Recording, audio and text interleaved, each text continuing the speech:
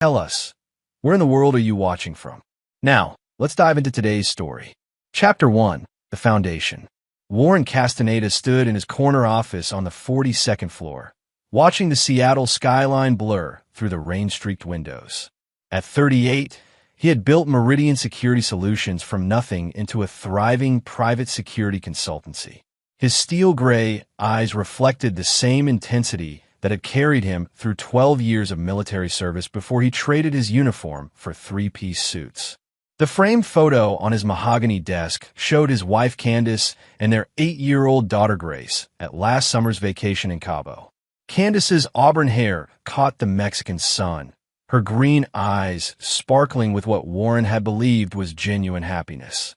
Grace, their miracle child born after years of fertility struggles, beamed between them with gap-toothed innocence. Warren's phone buzzed. "Mr. Castaneda, your 3 o'clock is here," announced his assistant. "Send him in, Janet." Julian Wilcox entered with the confidence of a man who had never been told no. Tall, broad-shouldered, with perfectly styled blonde hair and a smile that women found irresistible, Julian had been Warren's client for 8 months. His shipping company, Pacific Crown Maritime, needed discreet security consulting for their high-value cargo routes. "Warren, my friend." Julian's handshake was firm, his cologne expensive. "I trust business is booming." "Can't complain." Warren gestured to the leather chairs. "The monthly security audit reports are ready. Your drivers have been following protocols perfectly." Julian accepted the folder, but didn't open it. "Actually, I wanted to discuss expanding our contract. Perhaps over dinner? I could bring Melissa. You and Candace could join us." Warren noted the slight hesitation before Julian mentioned his supposed girlfriend. In his line of work, Warren had developed an acute sense for detecting lies. Something felt off, but he filed it away. "Candace has been busy with her real estate work lately, but I'll run it by her. She's quite the saleswoman, for what I hear. Top performer at Highland Realty 3 years running." Julian's smile seemed forced. "You're a lucky man, Warren." The meeting concluded with handshakes and promises to connect soon. As Julian left, Warren couldn't shake the feeling that something had shifted in their professional relationship. The way Julian had lingered on Candace's name, the studied casualness of his questions, it triggered the same instincts that had kept Warren alive in Afghanistan. That evening, Warren arrived home to their sprawling Bellevue house to find Candace in the kitchen, still wearing her burgundy power suit. She was on the phone, speaking in hushed tones. "No, not tonight. Warren will be home." She noticed him and quickly shifted her tone. "I'll call you back about the Henderson property tomorrow." Working late again, Warren loosened his tie. Candace's smile was bright, perhaps too bright. "You know how it is. The market's been crazy." She kissed his cheek, but it felt perfunctory. "Grace is already in bed. I told her you'd read to her tomorrow night." Warren climbed the stairs to Grace's room. His daughter was already asleep, her dark hair spread across the pillow like spilled ink. She had Warren's determined chin and Candace's delicate features. He adjusted her blanket and whispered, "Daddy loves you, princess." Downstairs, Candace was already in their bedroom, claiming exhaustion. Warren sat in his home office, reviewing client files, but his mind kept drifting to Julian's odd behavior and Candace's evasive phone call. His military training had taught him to trust his gut, and right now, his gut was telling him something was very wrong.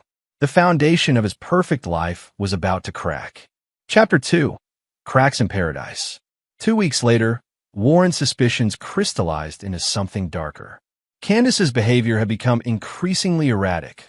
Late nights that she blamed on difficult clients, hushed phone calls that ended abruptly when he entered the room, and a new distance in their intimacy that she attributed to stress. Warren had built his business on information gathering and threat assessment. It was time to apply those skills closer to home. He started small.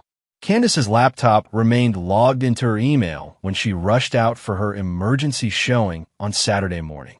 Warren found emails from Highland Realty, but also a concerning pattern of deleted messages. The trash folder had been emptied, but Warren knew how to recover deleted files, a skill learned during his intelligence work in the military.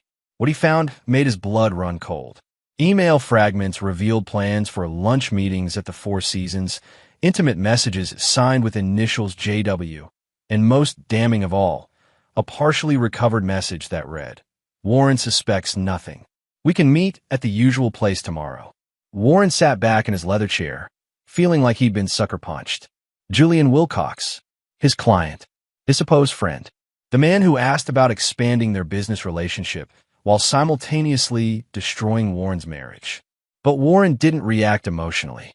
Emotion was a luxury he couldn't afford. Not yet. Instead, he began a plan. The next phase of his investigation took him to the Four Seasons Hotel. A former Army buddy, Lewis Shields, now worked hotel security. One phone call, and Warren had access to security footage from the past 2 months. The videos were devastating. Candace and Julian entering the hotel together multiple times, always during Warren's business hours. Their body language left no doubt about the nature of their relationship. In one particularly painful clip, Julian's hand was on the small of Candace's back as they walked toward the elevators. The same possessive gesture Warren used to guide his wife through crowds. Warren's hands clenched as he watched his marriage being dissected frame by frame. But beneath the pain was something else. A cold, calculating fury that his enemies in Afghanistan would have recognized. That evening, Grace asked why Mommy wasn't eating dinner with him anymore. "Mommy's working very hard, sweetheart," Warren said, cutting her mac and cheese into smaller pieces. "She wants to make sure we have everything we need." "But I need Mommy here," Grace said with the simple logic of a child. Warren's resolve hardened. Whatever Candace had done to him was one thing, but she was destroying their daughter's sense of security. That was unforgivable. Later that night, Warren confronted his reflection in the bathroom mirror. The man staring back had the same steel-gray eyes, but something fundamental had changed. The Warren who had trusted blindly, who had built his life on the assumption of loyalty and love, was gone. In his place stood someone harder, someone who understood that the world was full of enemies. Some of them slept in your bed. Warren had always been methodical, but now he would be ruthless. He began planning not just to catch them, but to destroy them both so completely that they would spend the rest of their lives regretting the day they decided to betray him. Candace came home at midnight, claiming her client dinner ran late.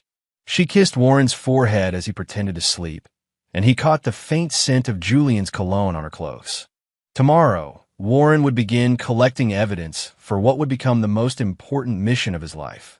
Chapter 3: The Art of War. Warren's investigation entered its final phase with military precision.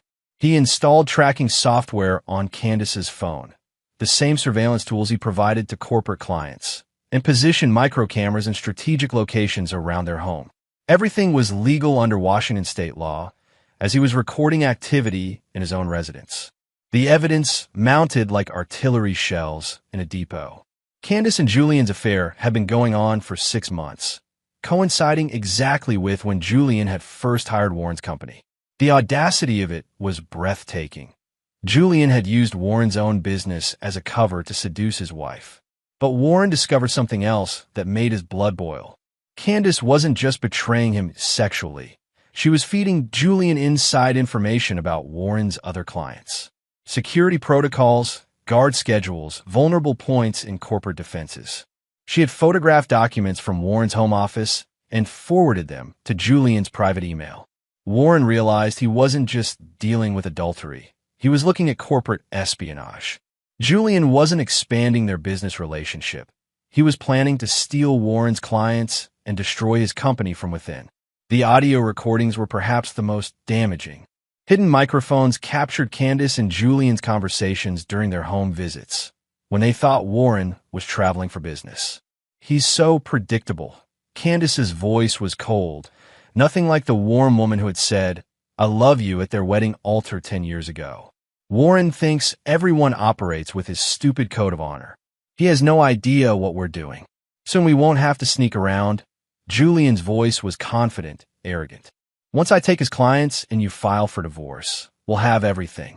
His business, his house, his money. The prenup you signed won't matter if we can prove he was neglecting you emotionally." "What about Grace?" "Kids adapt." She'll get used to having a real father figure instead of Warren's military robot routine. Warren had to stop the recording. His hands were shaking not with fear, but with rage so pure it threatened to consume his rational mind. They weren't just destroying his marriage.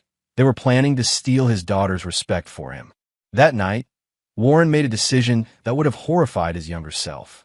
He was going to destroy them both, and he was going to make sure they knew exactly who was responsible for their downfall. He started by setting up the final trap. Warren's company had a major contract presentation scheduled for the following week with a potential client worth $2 million annually. He leaked false information to Candace about the meeting's details, then waited to see if Julian would attempt to intercept the client. Meanwhile, Warren reached out to his network of former military contacts. His old squad leader, Cecil Harrison, now ran a private investigation firm in Los Angeles. Cecil owed Warren his life from their deployment in Kandahar, and Warren was ready to collect on that debt. "I need everything on Julian Wilcox," Warren told Cecil during their encrypted phone call. "Financial records, business dealings, personal history. If he's ever jaywalked, I want to know about it. How deep do you want me to dig?" "China deep. I'm going to war." "Cecil, I need ammunition." Cecil's report arrived 72 hours later. Julian Wilcox had built his shipping empire on a foundation of lies and strategic betrayals. He had destroyed 2 previous business partners through elaborate schemes, stolen clients from former employers, and left a trail of discarded mistresses. Most damning of all, Julian had a pattern. He specifically targeted married women whose husbands had valuable business connections. Candace wasn't Julian's first victim. She was just his latest mark. Warren sat in his home office, surrounded by evidence of the most comprehensive betrayal imaginable. His wife had sold out their marriage, their daughter, and his business for a man who saw her as nothing more than a useful tool. The old Warren might have simply filed for divorce and tried to rebuild. But that Warren was dead, killed by his wife's laughter when she described him as a military robot to her lover. The new Warren was going to teach them both that some betrayals came with a price that could never be fully paid. War was coming, and Warren Castaneda had never lost a battle. Chapter 4: Declaration of War. Warren's carefully laid trap snapped shut with beautiful precision. Julian had indeed attempted to steal the $2 million client, showing up at the corporate headquarters with a proposal that mysteriously contained Warren's exact security assessment strategies.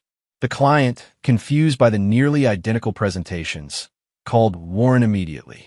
"Mr. Castaneda, I think someone's trying to steal your work," the client CEO had said. "This Julian Wilcox character just pitched me your exact proposal, word for word." Warren feigned shock and gratitude, but inside, he was coldly satisfied. Julian had taken the bait perfectly, using the false information Warren had deliberately leaked through Candace. Now Warren had documented proof of corporate espionage that would destroy Julian both legally and professionally. But Warren wasn't ready to spring the final trap yet. He needed the perfect moment, the perfect audience, and the perfect setting to maximize the devastation. That moment came the following Friday evening. Candace announced she was attending a company retreat for the weekend at the Olympic Peninsula Resort. Warren's surveillance confirmed she was actually meeting Julian for a romantic getaway at the Salish Lodge. Warren told Candace he had to fly to Portland for an emergency client meeting, leaving Grace with Candace's mother, Marguerite Potts. Instead, he drove to Snoqualmie Falls and checked into the same resort under a false identity, a skill from his intelligence days that served him well in civilian life. He wasn't there to confront them. Not yet. Warren was there to document the final evidence he needed, video footage of their betrayal in its most intimate form. The lobby of the Salish Lodge was elegant, all stone fireplaces and Pacific Northwest luxury. Warren positioned himself with a clear view of the reception area, his professional-grade camera disguised as a simple messenger bag. Candace arrived first, wearing the red dress Warren had bought her for their anniversary. The symbolism wasn't lost on him. She checked in using a false name, Carla Draper, and Warren realized this wasn't their first romantic weekend at this location. Julian arrived 30 minutes later, and Warren captured every moment of their reunion. The passionate kiss in the lobby, Julian's hands on Candace's body, her face lighting up with the kind of joy Warren hadn't seen in months. But what happened next exceeded even Warren's expectations. As they headed toward the elevators, Julian pulled out his phone and made a call. Warren activated his directional microphone, another piece of surveillance equipment from his military days. "It's done," Julian said into the phone. "She's completely under my control now. Warren Castaneda won't know what hit him when we move to the final phase. You sure she'll follow through?" The voice on the other end was distorted, but Warren's enhanced audio equipment picked up enough for recognition. "Trust me, Candace would do anything for me now. She's already given me everything I need to destroy his business. Once the divorce is final and she gets half his assets, we'll have enough capital to expand Pacific Crown into direct competition with Meridian." Warren trained in the military, but he never learned how to fight a war on the home front. Warren's grip tightened on the camera. Julian wasn't just stealing his wife. He was using her as a weapon to destroy everything Warren had built. The conversation continued. "What about the kid? Grace? She's leverage. Candace will get custody because Warren travels so much for work. We'll make sure he has minimal visitation rights. The last thing we need is him influencing the girl against us." Warren's vision blurred with rage. They were planning to steal his daughter. He followed them discreetly to their suite, using his military training to remain invisible in the hotel's corridors. The room service cart abandoned in the hallway provided perfect cover for his final recording session. Through the partially open window, Warren captured audio of their post-sex conversation. Candace's voice was breathless but determined. "I've scheduled the meeting with the divorce attorney for Monday. My mother has agreed to testify that Warren was emotionally abusive, absent father, workaholic, couldn't handle Grace's needs." "Perfect." Julian's voice was satisfied. "And you're sure about the business documents?" "I've photographed everything. His client list, security protocols, financial records. When you launch Pacific Crown Security Services, you'll have everything you need to destroy Meridian within 6 months." Warren had heard enough. He packed his equipment and returned to his own room, where he spent the night creating multiple copies of the evidence. Digital files went to encrypted cloud storage. Physical copies went into safety deposit boxes at 3 different banks. By dawn, Warren had constructed an unassailable case that would destroy both Julian and Candace in multiple arenas: civil court for the divorce, criminal court for corporate espionage, and the court of public opinion for their spectacular betrayal. But Warren realized he wanted more than legal victory. He wanted them to experience the same helplessness and humiliation they had planned for him.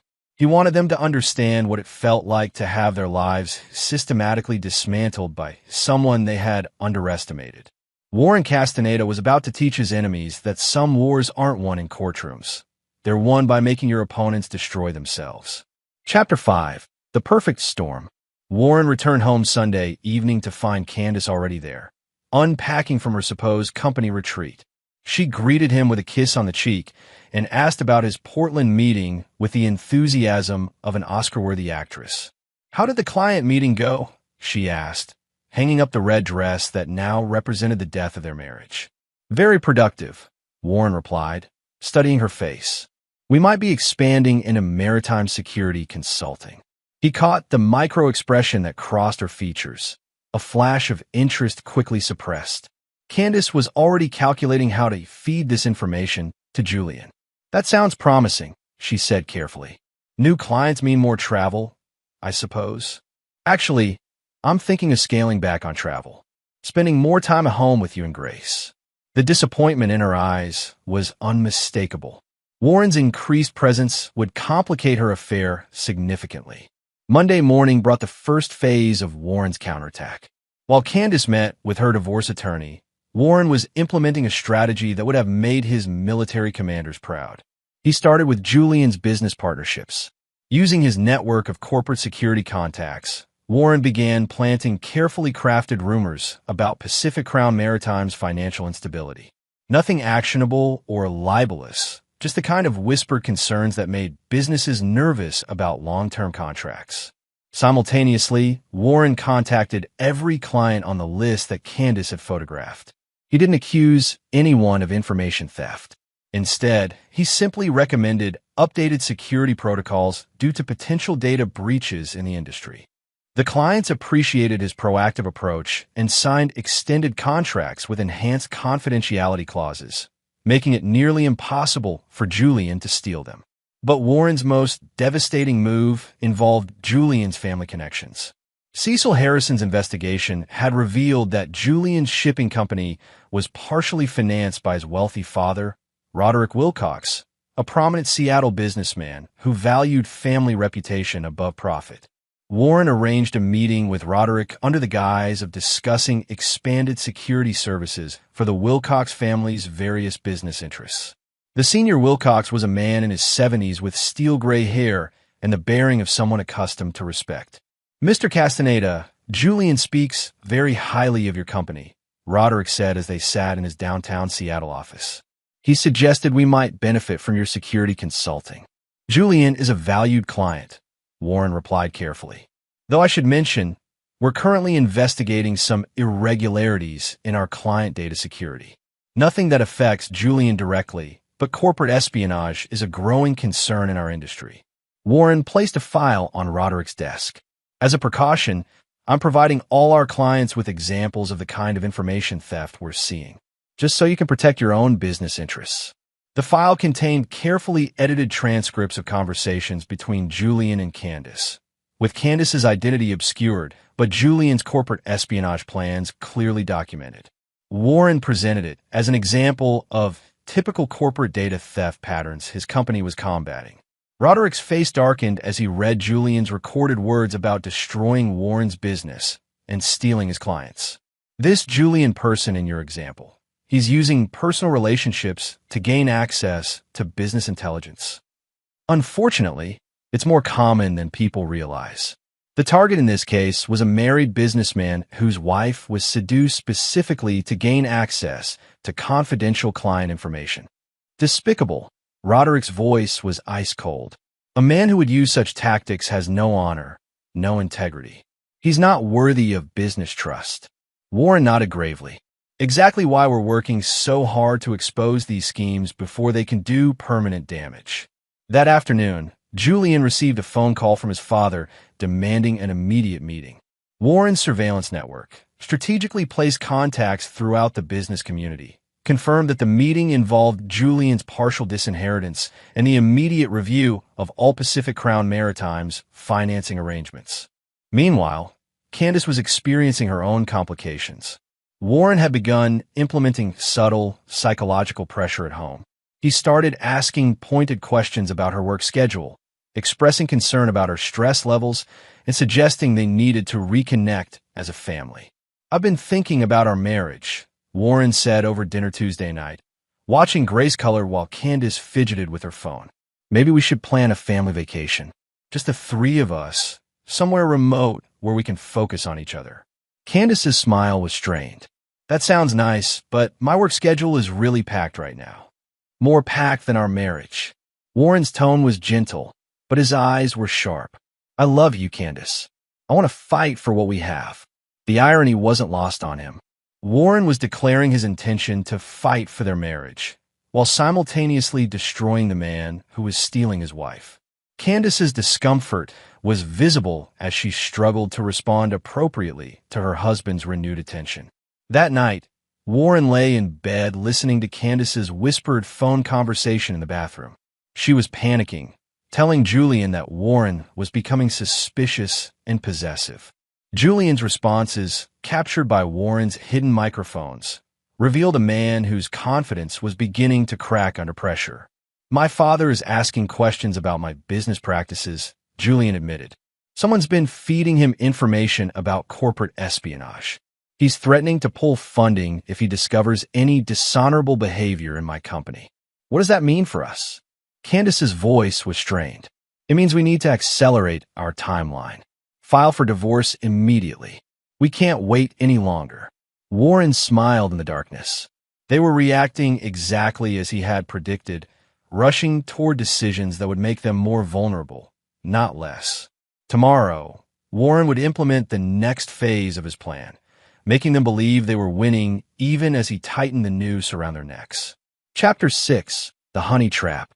Wednesday morning arrived with Candace's determination to end their marriage quickly. She scheduled an emergency appointment with her attorney and began gathering financial documents, exactly what Warren had anticipated. Her urgency was making her careless, and carelessness would be her downfall. Warren helped by providing easier access to the documents she sought. He accidentally left his office unlocked and made sure copies of financial records were visible on his desk. What Candace didn't realize was that Warren had prepared false financial statements showing Meridian Security Solutions deeply in debt and facing bankruptcy, the opposite of reality. "I think we need to talk tonight," Candace announced when Warren returned from work. "About our future." Warren nodded solemnly. "I've been thinking the same thing. But let's wait until Grace is asleep.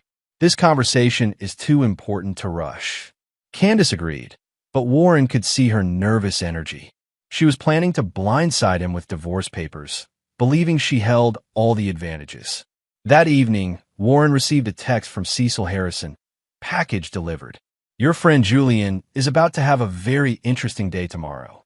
The package was the culmination of weeks of investigation into Julian's personal life. Cecil had discovered that Julian was already married to a woman named Christine Henderson who lived in Vancouver, Canada.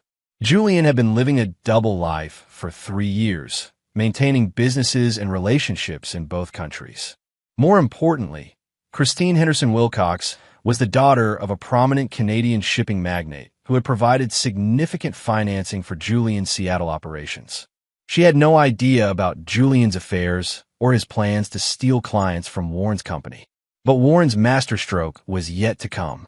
At 10 p.m., after Grace was asleep, Candace sat Warren down in their living room. She had clearly rehearsed her speech. "Warren, I haven't been happy for a long time," she began, her voice carefully modulated. "We've grown apart, and I think we need to face reality about our marriage." Warren listened with the expression of a man receiving devastating news for the first time. "What are you saying, Candace?" "I want a divorce." She handed him an envelope. "These are preliminary papers. I think it's best for everyone, especially Grace, if we handle this amicably." Warren opened the envelope with shaking hands, a performance worthy of its own award. The divorce papers were comprehensive, demanding half of all assets, primary custody of Grace, and substantial alimony. Candace had clearly spent months preparing for this moment. "I don't understand," Warren said, his voice breaking convincingly. "We can work through whatever problems we're having. We have Grace to think about." "Warren, please don't make this harder than it has to be." Candace's tone was cold, businesslike. "I've thought about this carefully. Our marriage is over." "Is there someone else?" Warren asked the question he already knew the answer to. Candace hesitated, then nodded. "Yes, I've fallen in love with someone who can give me the life I deserve." Warren's performance shifted to barely contained rage. "Who is it?" "Someone I know." "That doesn't matter now." Candace stood up, moving toward the door. "I'm staying at my mother's tonight. My attorney will be in touch about the specifics." As she reached for her purse, Warren delivered his first real blow. "I'm leaving you for your boss. He can give me the life you only promised," Warren said quietly, quoting her exact words from a recorded conversation with Julian. Candace froze. "What did you say?" "Those were your words, weren't they?" "To Julian Wilcox, last Friday at the Salish Lodge." Warren's voice had shed all pretense of emotion. "Room 237, approximately 11:47 p.m., right after you told him how you were going to destroy my business and steal my daughter." The color drained from Candace's face. "Warren, I can explain." "Please, this will destroy our little daughter," Warren continued, quoting more of her recorded words. "Oh wait, that was my line, wasn't it?" From a script we're apparently following. Candace's hands were shaking now. "How long have you known?" Warren stood up slowly, his military bearing evident in every movement. "Long enough to document every aspect of your betrayal. The corporate espionage, the false financial claims you're planning to make, even your conspiracy to alienate Grace from me." "Warren, please. I already slept with him. It's done." Warren's voice was ice cold as he quoted her words back to her. "Remember saying that?" Candace? About how there was no going back. Candace tried to speak, but Warren continued. This is the biggest mistake of your life, Warren said, delivering the final line from the synopsis that had started this whole nightmare. And tomorrow morning, you're going to understand exactly what that means. Warren walked to his home office and returned with a thick manila envelope. Your boyfriend Julian is about to have some very interesting conversations with his wife Christine, his father Roderick, and several business partners who don't appreciate corporate espionage. Candace's eyes widened. Wife? Oh, you didn't know Julian was already married? That you're just the latest in a long line of women he's used to steal from their husbands? Warren's smile was predatory. Christine Henderson Wilcox is flying down from Vancouver tomorrow morning. Apparently, she's very interested in meeting the woman who's been sleeping with her husband of 5 years. Warren handed Candace the envelope. Inside, you'll find copies of everything. Every recorded conversation, every photograph, every document you stole from my office. Your attorney is going to have a very difficult time explaining how his client committed multiple felonies while planning her divorce. Candace opened the envelope with trembling hands. The evidence was overwhelming and irrefutable. What I handed her wasn't a tissue, Warren said quietly, watching her face crumble as she realized the scope of his knowledge. It was the end of the life she thought she was going to steal from me. The war wasn't over, but the first major battle had been won decisively. Warren Castaneda had just taught his enemies that betrayal was a game with consequences they couldn't imagine. Chapter 7. The Reckoning Begins. Thursday morning brought chaos to both Julian's and Candace's carefully constructed worlds. Warren watched the destruction unfold from his office, monitoring phone calls, tracking movements, and orchestrating the systematic collapse of his enemies' lives. Julian's day started with a confrontation from his wife Christine, who had flown down from Vancouver after receiving Warren's anonymous package of evidence. Warren's surveillance network confirmed that the meeting at Julian's downtown office was explosive, literally, as Christine threw Julian's laptop against the wall before storming out. Simultaneously, Roderick Wilcox arrived at Pacific Crown Maritime with his attorney and a forensic accountant. Julian's father had discovered that his son's business expansion was actually a plan to destroy Warren's company using stolen intelligence, information that painted Julian as everything Roderick despised. But Warren's most devastating blow came through his network of former military contacts. Cecil Harrison had discovered that Julian's shipping routes were being investigated by federal authorities for customs violations. Nothing serious enough for criminal charges, but enough to trigger comprehensive audits that would tie up Julian's business for months. Warren had anonymously provided customs officials with suspicious activity reports based on Julian's own shipping schedules, which Candace had photographed from Warren's client files. Julian was being destroyed by his own stolen information. Meanwhile, Candace was discovering that her divorce attorney was suddenly unavailable.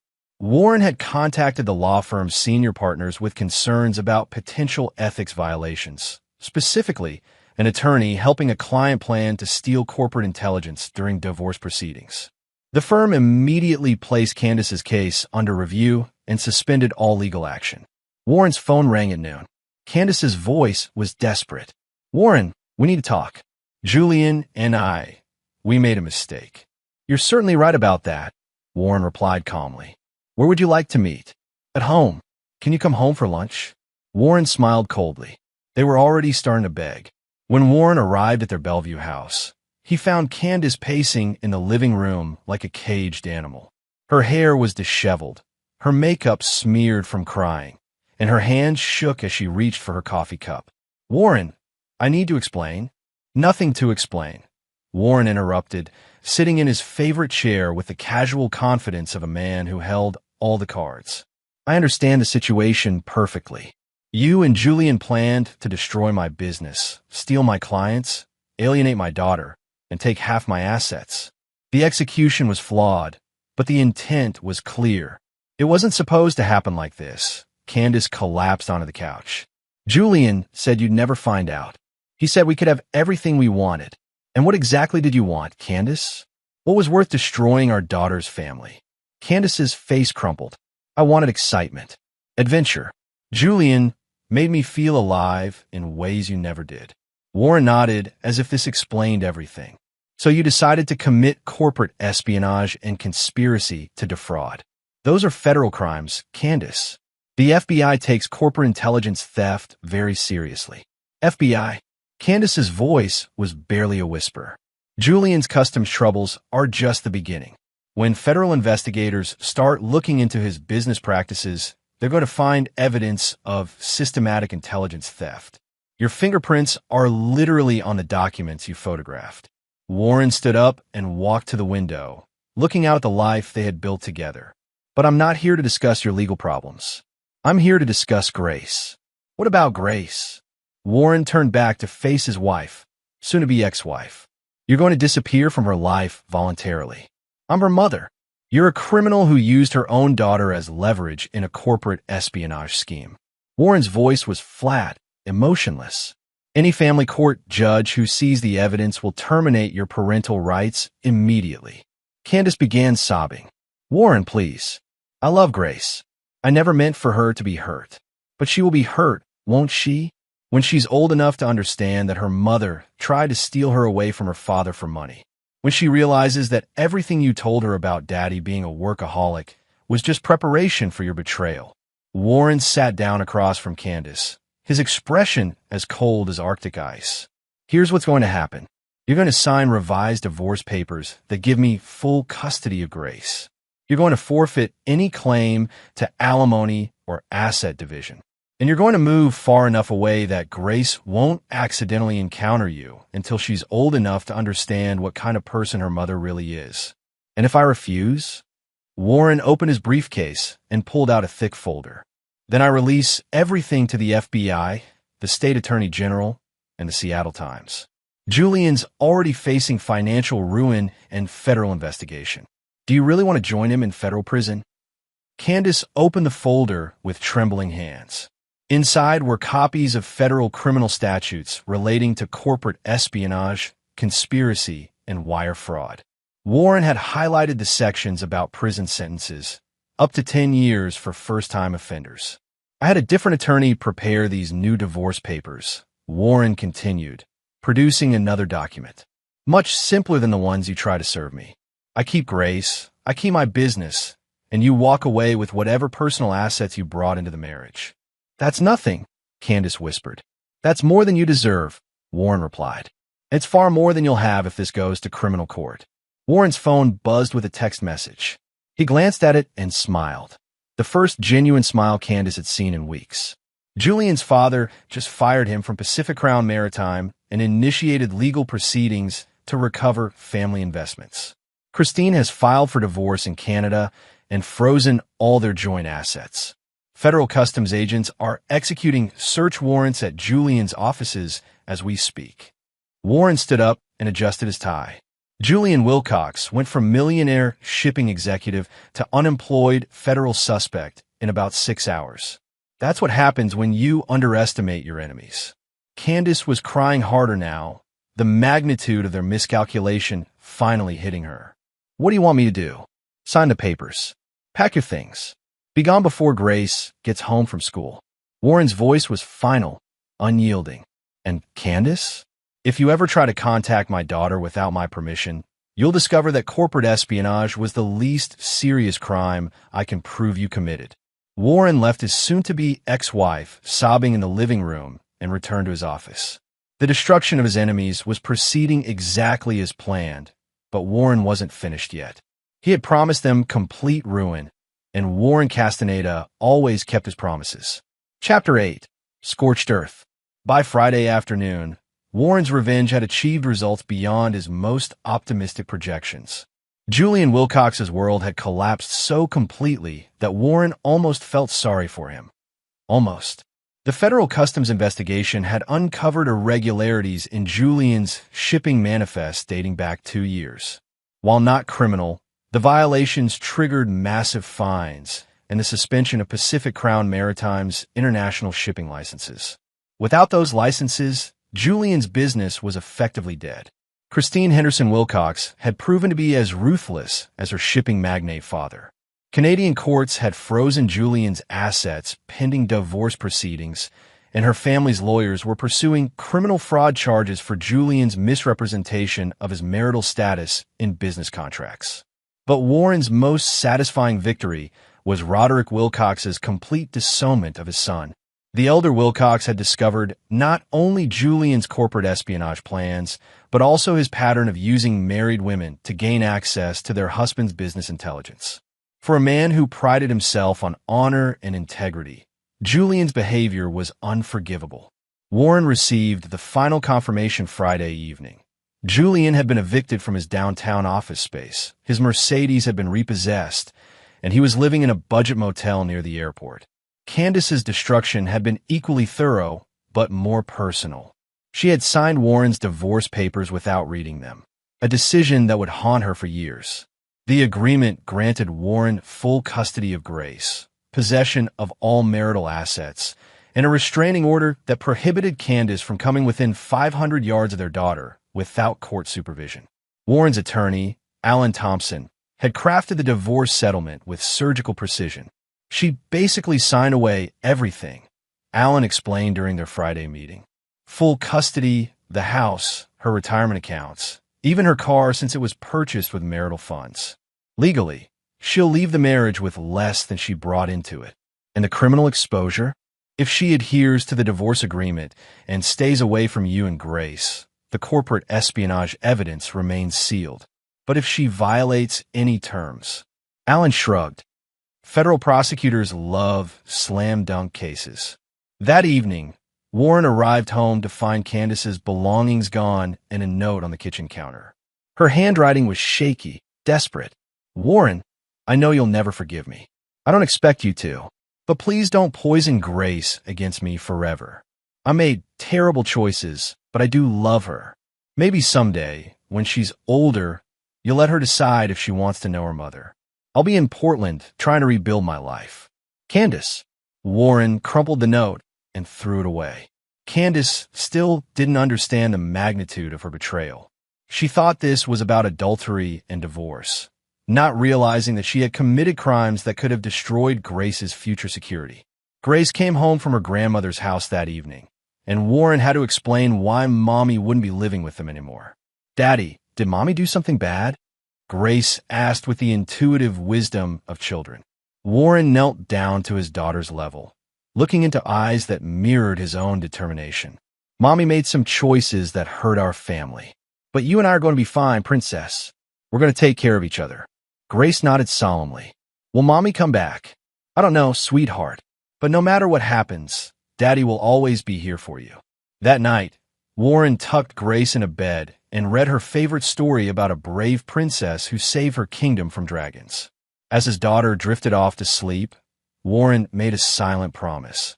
Grace would grow up strong, independent, and incapable of being betrayed the way her father had been. Warren's phone buzzed with a text from Cecil Harrison. Julian's been arrested. DUI outside the motel. Looks like your boy is self-destructing faster than expected. Warren typed back. Natural consequences. Some people can't handle losing. But Warren wasn't finished. Julian and Candace's destruction was complete, but Warren had learned something important during this war. Betrayal was a disease that spread through weakness. He needed to ensure that Grace would never be vulnerable to the kind of manipulation her mother had fallen for. The next phase of Warren's plan involved building something positive from the ashes of his marriage. Grace needed to see strength, determination, and uncompromising integrity. She needed to understand that some people in the world were predators and others were protectors. Warren Castaneda intended to raise a protector. Chapter 9. Phoenix Rising. 6 months later, Warren stood in the same corner office where this nightmare had begun, but everything had changed. Meridian Security Solutions had doubled in size, acquiring 3 of Julian's former clients and expanding into maritime security consulting. Ironically, the same market Julian had tried to steal. Grace had adapted to their new life with the resilience of childhood. She thrived in her new private school, excelled in martial arts classes that Warren had enrolled her in, and showed an early aptitude for strategy games that reminded Warren of his own tactical mind. The restraining order had kept Candace away, But Warren knew she was struggling in Portland. His network of contacts reported that she was working as a waitress, living in a studio apartment, and had been rejected by several real estate firms when background checks revealed her involvement in corporate espionage. Julian's fall had been even more spectacular. The DUI arrest had led to a deeper investigation of his finances, revealing a pattern of tax evasion that resulted in federal charges. He was currently serving 18 months in federal prison and faced deportation proceedings initiated by his Canadian ex-wife's family. But Warren's greatest victory was personal.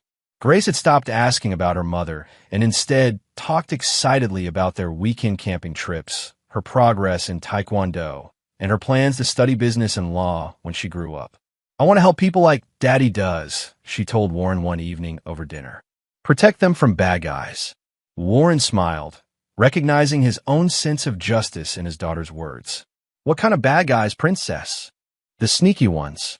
The ones who pretend to be good but hurt people when they're not looking." Warren realized that Grace understood more about her mother's betrayal than he had given her credit for.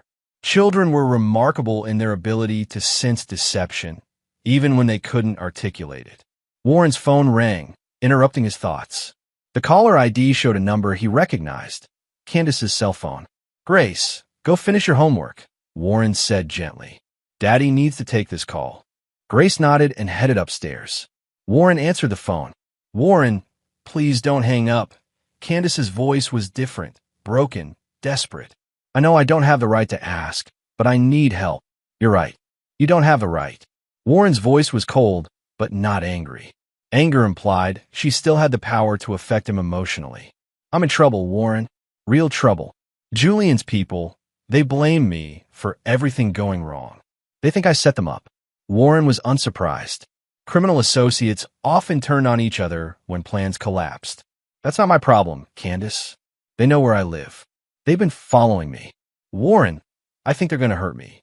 For a moment, Warren felt the old protective instinct that had once made him love this woman. Then he remembered Grace's question about sneaky bad guys who pretend to be good but hurt people when they're not looking. "You should call the police," Warren said finally. "The police won't believe me. I have a record now because of the corporate espionage charges. Warren, please. I know I destroyed everything, but I don't want to die." Warren was quiet for a long moment.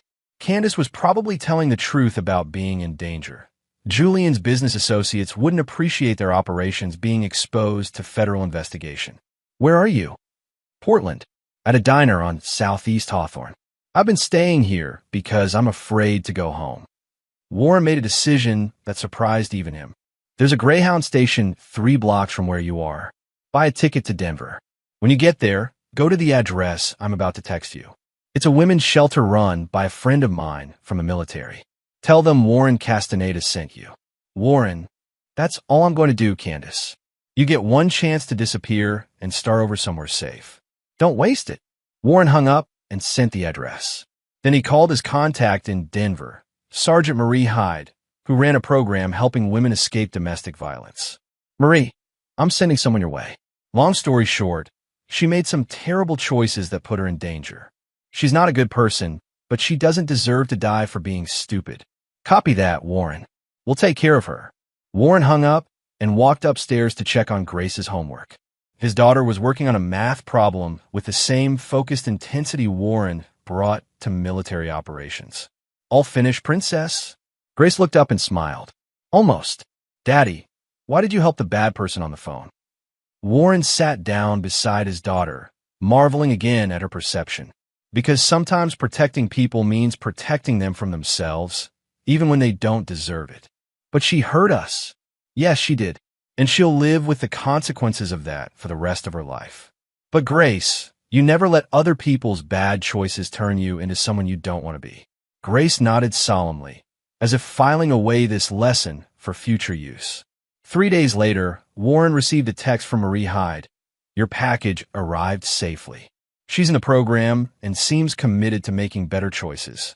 Warren deleted the message and put his phone away. Candace Castaneda, now Candace Draper, since she had legally returned to her maiden name, was no longer his concern. She would rebuild her life, or she wouldn't, but either way, it would happen far from Grace. That evening, Warren and Grace sat on their deck overlooking Lake Sammamish, watching the sunset paint the sky in shades of orange and red. Grace was reading a book about female military leaders throughout history, a Christmas gift that had become her favorite. "Daddy," Grace said without looking up from her book, "when I grow up, I want to be like you." "What do you mean, princess?" "Strong. Someone who protects people and doesn't let bad guys win." Warren pulled his daughter closer, feeling a fierce pride that had nothing to do with revenge or victory. Grace was growing into exactly the kind of person the world needed. Someone who couldn't be broken by betrayal, who wouldn't compromise her principles for temporary pleasure, and who understood that strength came from protecting others rather than destroying them. "You're already like that, Grace. You've always been strong." As the stars appeared in the darkening sky, Warren reflected on the events that had changed their lives. Candace and Julian had thought they were playing a game where everyone could win if they were clever enough. They had never understood that Warren was in Castaneda, the man who had served 3 tours in Afghanistan, who had built a business on the principle that trust must be earned and betrayal must be punished, was playing an entirely different game. Warren had won not by becoming like his enemies, but by being exactly who he had always been, a protector who never forgot that some wars were worth fighting, and some victories were worth any price. Grace fell asleep against his shoulder as the night settled around them. Warren carried his daughter inside and tucked her into bed, whispering the same promise he made every night. "Daddy will always keep you safe, princess. Always." In the end, Warren Castaneda had lost a wife, but gained something far more valuable: the absolute certainty that he would never again be betrayed by someone he trusted completely. Grace would grow up knowing that some people in the world were predators, some were victims, and some were guardians. Warren intended to make sure his daughter never forgot which one she was meant to be. And there you have it. Another story comes to an end. What did you think? I'd love to hear your thoughts in the comments below. If you enjoy this story, consider joining our community by subscribing. It means the world to us.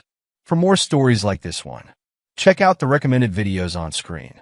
And I'll see you there.